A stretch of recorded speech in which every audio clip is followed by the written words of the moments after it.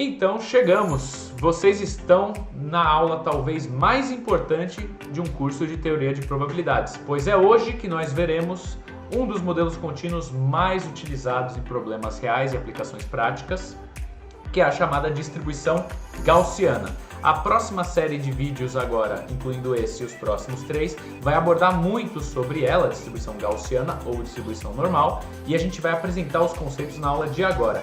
Eu sou o Thiago Marum, no backstage nós temos o querido Vinícius Castanho, e vem com a gente que a gente vai te contar tudo. Vai!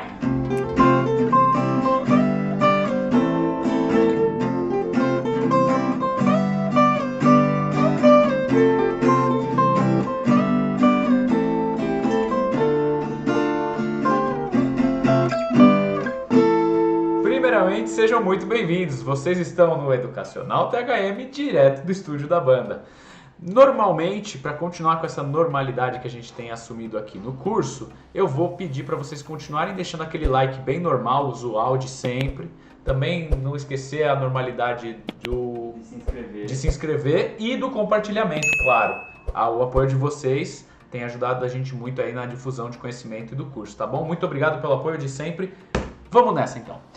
Começando nossa aula sobre distribuição gaussiana ou distribuição normal, você vai ver que dependendo da área que você vem, né? Se você é um estudante, se você já é um profissional que atua com alguma forma com ciência de dados e modelos contínuos, você vai ter em algum momento se deparado com a distribuição gaussiana, a distribuição normal, e que é o tópico da aula de hoje, né? O assunto da aula de agora. Então, você vai ver que ela é um grande fenômeno por ser boa de ser aplicada numa ampla gama de dados, fenômenos, comportamentos das mais variadas variáveis que você pode estudar por aí. Então a gente vai ter no ramo da ciência biomédica distribuição normal, no meio de engenharia vai ter distribuição normal, na física, em tudo quanto é coisa você vai ver uma distribuição gaussiana em algum momento. E ela é base para uns modelos mais avançados que muitas estatísticas aí, modelos de regressão e tudo mais utilizam. Então, você não vai conseguir fugir dela, mas o bom, não é para você ficar com medo disso, é que a gente vai dissecar ela toda nessa aula de agora e na sequência dos próximos vídeos. Então, vamos pular para a nossa lousa digital para começar a ver distribuição normal.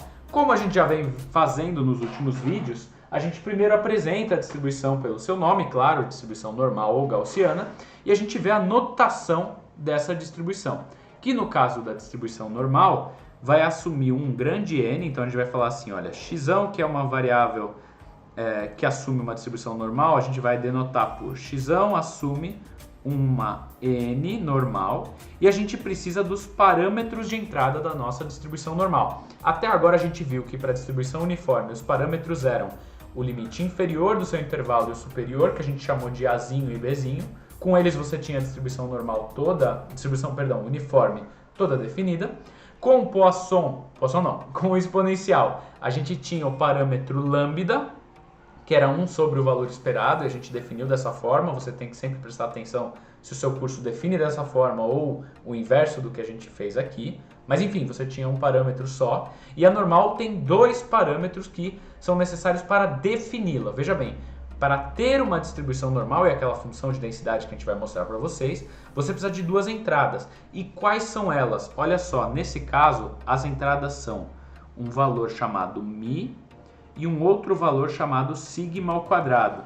E eles são necessariamente o valor esperado da sua distribuição e a variância da sua distribuição. Então, eu já vou, antes de apresentar aqui a função que já está para vocês, eu vou colocar aqui, ó, que o e do x que a gente tem, se ele é normal, obviamente ele é o μ, porque é o μ que define quem é a distribuição, e o var do nosso x, a variância da nossa variável aleatória, ela é esse símbolo, sigma quadrado. Então, você, quando define uma normal, já tem as propriedades que a gente estava estudando. Então, se você bem se lembra, a gente falou de distribuição uniforme. X era uniforme com A e B, tinha a funçãozinha, tinha o valor esperado e a variância. Para exponencial também, x era exponencial com lambda, tinha a função, tinha o valor esperado e a variância. Aqui não é diferente, mas o valor esperado e a variância já são determinados quando você define o x. Essa é a única diferença que eu diria assim, já está tudo na definição. Quando você define uma normal, você já tem as duas propriedades, tá bom? Vamos olhar para a função. Eu copiei ela aqui, porque ela é realmente muito difícil. Ela é, vou ler com vocês, a única vez que você vai ler uma distribuição, uma função densidade de probabilidade de uma normal, vai ser aqui. Ela é, para um dado x com um parâmetro μ e uma variância sigma quadrado e, portanto, um desvio padrão de sigma, vai ser 1 sobre raiz de 2π vezes sigma. Até aqui você já ficou com medo. Se você não é do pessoal das exatas, você vai ficar com mais medo ainda. Aí você vai multiplicar isso por e, um número ali que está entre 2 e 80 e alguma coisa, 2,79, já nem lembro, mas é um número, tá? Menor que o π, mas é um número. E o expoente desse e vai ser menos 1 quadrado, que é x menos μ, sobre 2 sigma quadrado. Rapaz, é muito complicado. Você achou feio? Eu achei uma anormalidade. Você achou uma anormalidade? No mínimo. No mínimo. Então, eu vou mostrar para vocês e para o Vinícius Castanho. Claro, ele já sabe, mas eu vou mostrar para ele de novo, porque afinal, hoje é uma aula de acuidade de desenho aqui. Eu vou mostrar como que essa distribuição pode ser desenhada numa forma gráfica. E aí, se você já se deparou com a distribuição normal em algum outro curso antes de chegar nesse vídeo, você já deve saber do que eu estou falando. Ela tem uma função feia de se escrever, mas não necessariamente muito complicada de entender visualmente, tá? A gente tinha uma função ali meio feia de escrever para uniforme, e aí quando você desenhou ficava um patamar. Então até aqui eu vou pedir para você confiar que tudo bem, a função é feia, mas a gente consegue se virar nela, tá? Vamos desenhar com a cor laranja, por exemplo. Eu vou ver se o meu desenho vai estar bom. Eu vou colocar a nosso parâmetro média vai estar aqui. Primeiro eu defino quem é a média. Por quê? Porque a distribuição normal, a primeira propriedade que eu vou falar dela para vocês é a simetria dela. Então, a partir da média, ela é simétrica de um lado e o outro. Então, o primeiro valor que você faz ali, se você for tentar desenhar uma dessas, é colocar o parâmetro média, que está bem no meio da sua distribuição. É onde você vai ter o maior valor da sua função. A sua função assume vários valores, a função densidade, e o maior valor dela, o pico dela, vai estar nesse μ, que é a sua média, um valor de entrada. E aí, se eu for desenhar ela, vamos ver se a minha acuidade vai estar boa. Olha, um lado foi. Tá bom. Dá uma olhada. Dá uma olhada. Peraí. Não. Peraí, vamos fazer o outro lado. Um lado tinha ido bem, só que o outro... Tá bom? Não, tá bom. Então, tá bom. A gente tem uma distribuição normal com um μ. E aí o que acontece? Era para parecer, não sei se tá parecendo, mas com certeza era a intenção, parecer como se fosse um sino. Por isso que o pessoal fala que a distribuição de Gauss tem o sino de Gauss. Então você tem lá o pico e ele desce um pouco e vai... Ele tem um ponto de inflexão e ele vai se alongando para as bordas assim. Ele é um formato de sino, tá? E aí, para essa determinada distribuição que eu fiz aqui, ela vai ter uma determinada variância, ou um desvio. E se eu, por acaso, aumento esse desvio, o que acontece é que, para uma mesma média, um maior desvio vai fazer ela ficar mais espalhada. Afinal, desvio padrão e variância são medidas de espalhamento da sua variável aleatória ao redor da média. Então, mais espalhada vai ser mais horizontal e, portanto, se a função densidade ela tem esse nome de densidade porque ela densifica as coisas, quanto mais variância e mais espalhado, menos densa, ela vai estar mais deslocada para baixo. Então, se eu colocar uma variância aqui, por exemplo, menor do que esse sigma que está em roxinho, eu teria um pico na mesma região que a gente tem o μ, porque afinal eu só estou falando de variar a variância, né? Não mexer na média, mas uma distribuição mais flat, vamos colocar assim, tá bom? Se por acaso eu mexesse só na média, o que aconteceria, como a gente já viu, inclusive, deixa eu até colocar de outra cor aqui, vou colocar num verdinho. O que acontece quando eu pego um conjunto de dados e subtraio um valor? O que acontecia com a média desse conjunto de dados? Ela era a média do original menos o valor que eu subtraí. E eu mostrei para vocês na aula de valor esperado e esperança matemática, enfim. Nessa aula eu mostrei para vocês justamente o que acontecia. Você deslocava o seu conjunto. Então, nesse caso, se eu não mexo na minha variância e só mexo na média da minha distribuição, ela é deslocada do valor. Então, se eu subtrair por alguma constante, nesse exemplo eu estou subtraindo por uma constante, sei lá, Azinho ou Bzinho, vamos colocar como A, vai?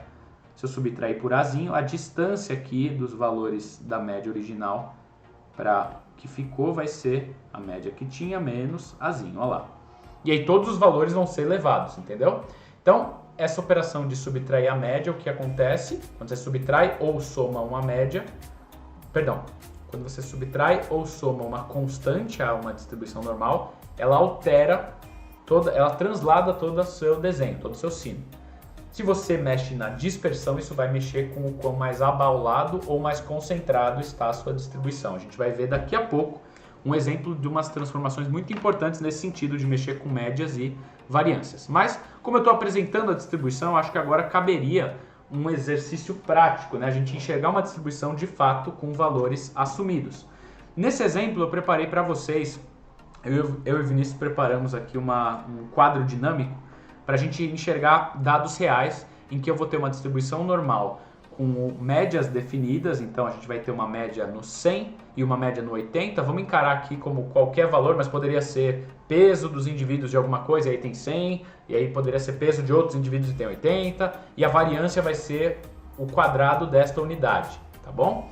Aqui, a gente acha que já para deixar na mesma unidade, a gente definiu a normal como o valor médio e o desvio padrão. Então, deixa eu até sublinhar aqui para vocês que dependendo do curso, do professor ou da pessoa que está te ensinando, pode ser que você defina a normal como a média e o desvio. Às vezes, você pode encontrar a média e a variância. O que você tem que saber é quem que define aqui na minha anotação, para eu não estar conceitualmente errado, e acho que a boa prática ali vai te dar uma noção, né? Se for a altura das pessoas, você tem 1,80 de média, se vier 180 centímetros de média, se vier 180,10, você vai falar, bom, 10 me parece ser o desvio padrão, 180 mais ou menos 10 centímetros. Se vier 180,100, você vai falar, bom, se o desvio padrão for 100, isso é muito grande, deve ter alguma coisa errada, possivelmente isso é a variância. Então, você tem que saber qual você está usando. Aqui eu defini como variância, porque acho que vai ser o que a gente vai usar nas notações daqui para frente.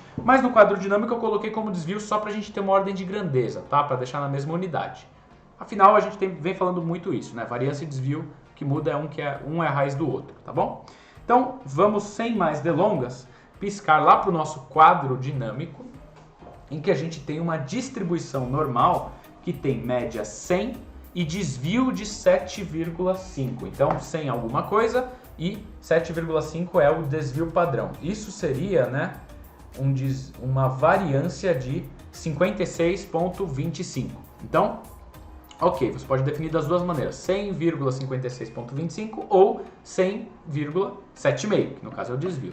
Vocês veem que tem a distribuição que eu falei para vocês aqui, ela tem um pico justamente no valor de x que assume 100, e aqui a gente tem até uma densidade, que seria, aqui ó, escrito como density, eu não sei se vocês conseguem ver, mas está como 5,38 vezes 10 a menos 2, aproximadamente. O que é isso? É o valor da função densidade de probabilidade naquele ponto. Bom, é uma função, você pode calcular ela num ponto, mas o que a gente mais falou que era importante quando se trata de função densidade é descobrir a probabilidade de ocorrência dos eventos em intervalos. Então, ter o valor da função calculada é legal, mas, de novo, o que vale para nós é a integral em um determinado intervalo para ter as probabilidades de ocorrência dos eventos. No vídeo que está aqui à sua direita, você vai ver o Vinícius Castanho resolvendo 2 exercícios de distribuição normal, com todo o carinho e cuidado da parte mais prática de como resolve, fazer as integrais e, enfim, vai se resumir a achar valores em tabelas padrão, mas o que eu quero dizer para vocês é que tem que ter isso na cabeça, de que é uma área sendo achurada de alguma forma e que você vai calcular a integral dessa área para ter uma probabilidade, que é o que a gente vem fazendo desde o começo das nossas variáveis contínuas, tá? Aqui eu estou mostrando mais a parte intuitiva de distribuição normal, que é muito importante agora. Então, voltando aqui,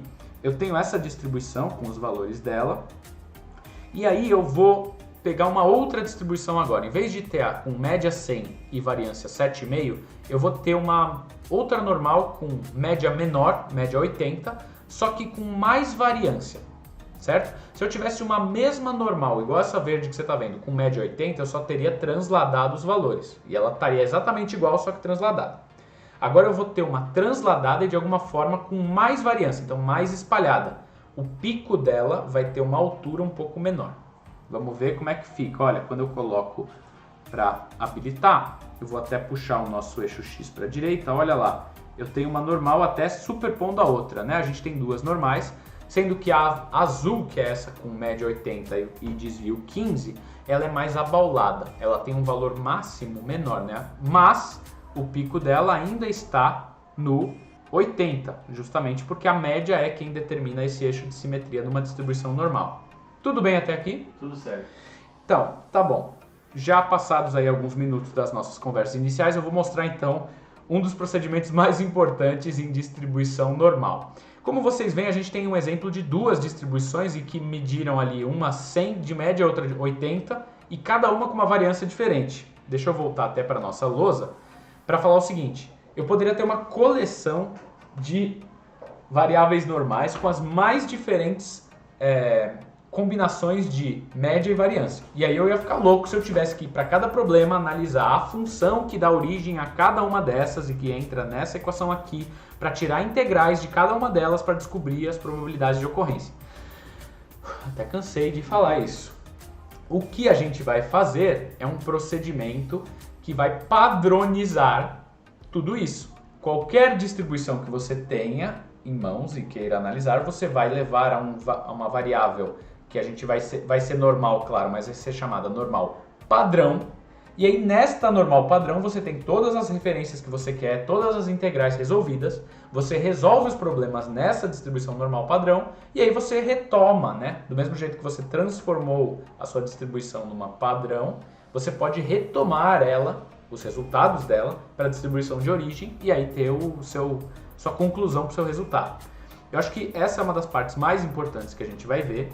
E o processo de transformar distribuições quaisquer normais em distribuições normais padrão é a chamada padronização.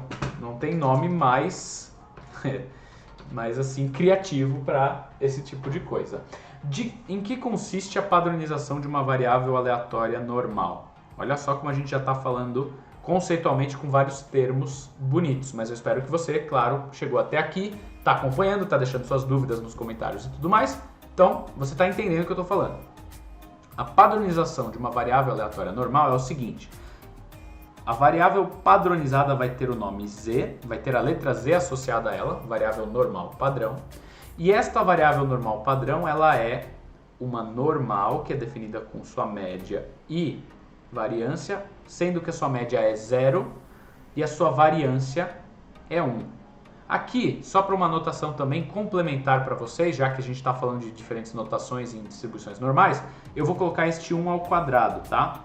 Que significa, meu desvio padrão é 1, mas eu estou definindo minha normal pela variância, que seria 1 ao quadrado. Então, se você tivesse uma normal com desvio de 5, você colocaria 5 ao quadrado, falando que você está expondo a variância lá dentro, mas já com o valor do desvio ali. Fica mais fácil de fazer conta também. Acho que às vezes você vai encontrar essa notação por aí. Nesse caso, como a variância é 1, o desvio e a variância são o mesmo. Mas, só para esse exemplo aqui, isso não é uma verdade. Então, uma normal padrão é denotada pela letra Z, não X, e ela assume um N que recebe 0 e 1. Muito bem. Como eu transformo uma variável qualquer com média mi e desvio sigma e variância sigma quadrado, portanto, numa variável normal padrão? O que eu vou fazer primeiro? Eu vou pegar, para ter uma média 0, a gente falou bastante disso, né? Se eu pego um conjunto de dados com uma determinada média e somo uma constante, ele desloca para a direita. Se eu subtraio uma constante, ele desloca para a esquerda. Então eu vou pegar a minha média, que está lá em algum valor positivo, e vou subtrair a média. Se eu eu vou pegar uma variável que tem uma determinada média mi. Se eu pegar exatamente este número constante e subtrair da minha distribuição, a nova média vai ser 0, porque eu vou estar pegando a original e subtraindo exatamente o que ela vale. Então todo aquele conjunto de dados vai lá para o 0. Então, Um primeiro passo é pegar a variável x, cada um de seus valores, e subtrair uma constante, que não é uma constante qualquer, é μ.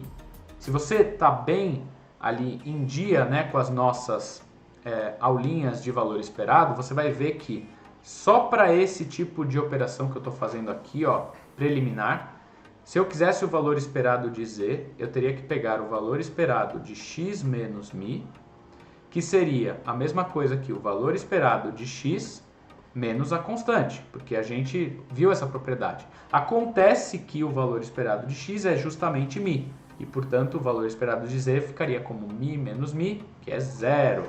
Então, ao fazer isso, pegar o valor da variável e subtrair μ, eu estou levando todo o conjunto para a média 0. O que eu ainda não fiz é transformar isso para uma normal com variância 1.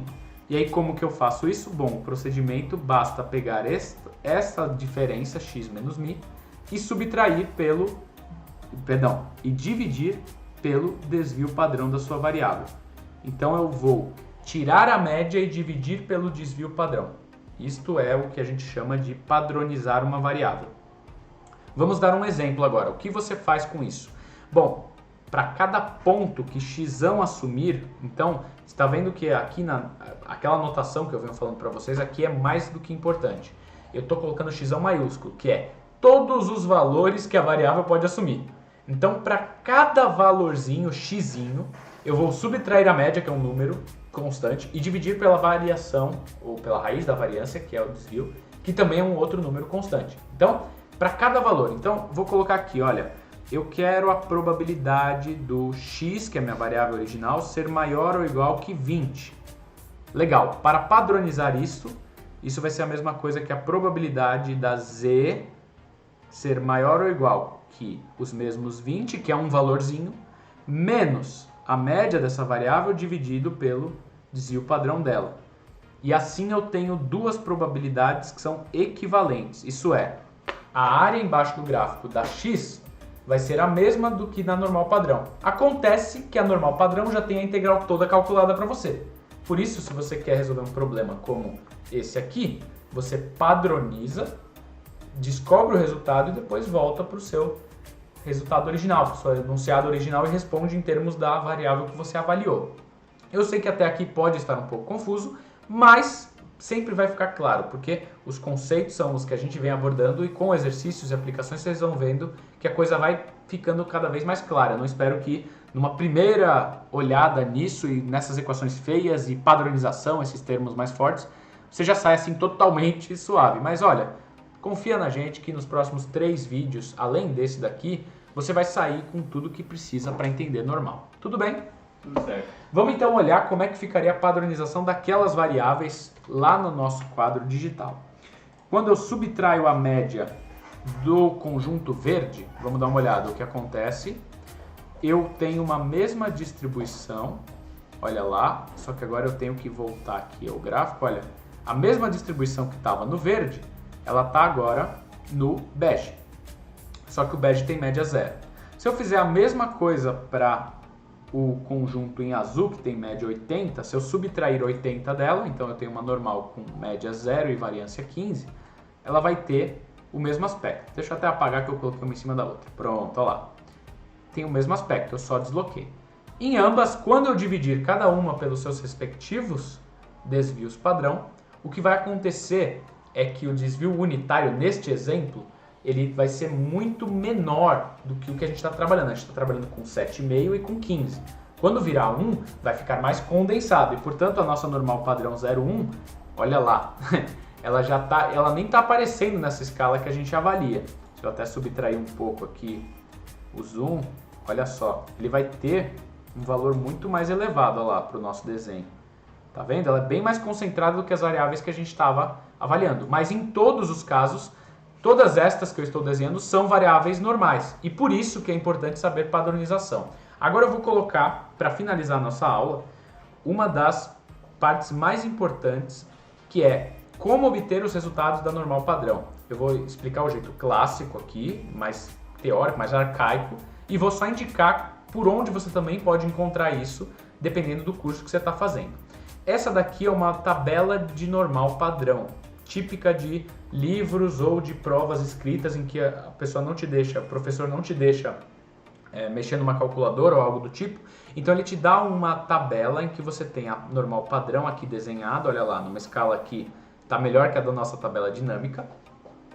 E a probabilidade de ocorrência de um evento está sendo integrada do zero até um valor máximo aqui.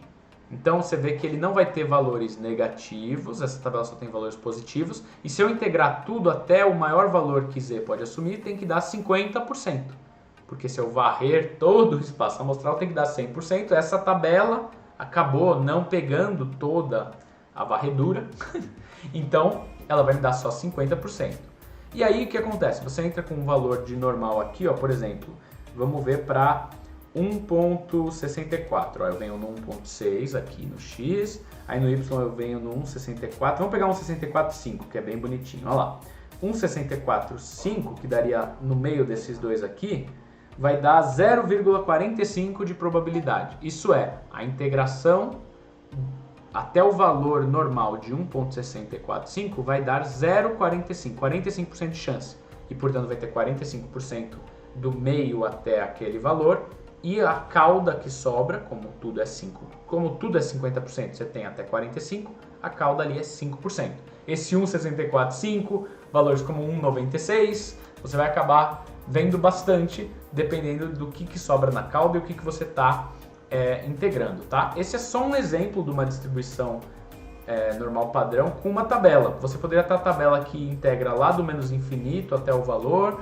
Você poderia estar usando uma calculadora numérica, tem que descobrir como descobre o valor da normal padrão na sua calculadora. Você podia estar usando linguagens de programação como Python ou R ou o que quer que seja, MATLAB, para descobrir esse valor. Então, fica aqui a recomendação. Pega a sua demanda, entenda como que eles vão cobrar, descobrir o valor da normal padrão e aí aprende como faz ali, é um tutorial simples. A gente vai ver já no próximo vídeo exercícios de distribuição normal com padronização, mas a gente já vai chegar com os resultados já trabalhados, porque o nosso foco aqui é entender mais o conceito e não a parte especificamente de tabela, talvez calculadora, enfim, essa parte menor aqui de importância para o nosso caso, tá bom? Deixa eu voltar então para nossa ambiente de estúdio da banda para falar o seguinte. Até aqui a gente viu várias distribuições normais, a gente definiu elas, a gente viu a média e a variância e como elas são importantes para definir uma distribuição. A gente viu a Fzinha, que é horrível, mas que visualmente é bonita. A gente viu que seria muito difícil trabalhar com a Fzinha lá integrando e, portanto, a gente teve que criar um processo de padronizar as variáveis, levar elas para um determinado padrão. Esse padrão tem todas as integrais já resolvidas e mais simplificadas. E a gente resolve nele, o algoritmo de resolução dos problemas vai ser transformar as variáveis do seu problema na padrão, descobre o que dá para descobrir na padrão e volta para sua variável original e responde o seu problema, tá bom? Eu acho que no mais é isso. Na próxima aula a gente vai ter exercícios e vai continuar a teoria de probabilidades considerando distribuições normais. Foi um prazer estar com vocês. Não saia desse vídeo com dúvidas, deixa nos comentários. Não se esqueça de se inscrever no canal e que todo esse material e a apostila didática aí com exercícios resolvidos está no nosso site THM Estatística, cujo link está na descrição deste vídeo, tá bom? Foi um prazer estar com vocês. Quer dar um tchau? Tchau. Então, tchau, tchau. Até o próximo vídeo. Valeu!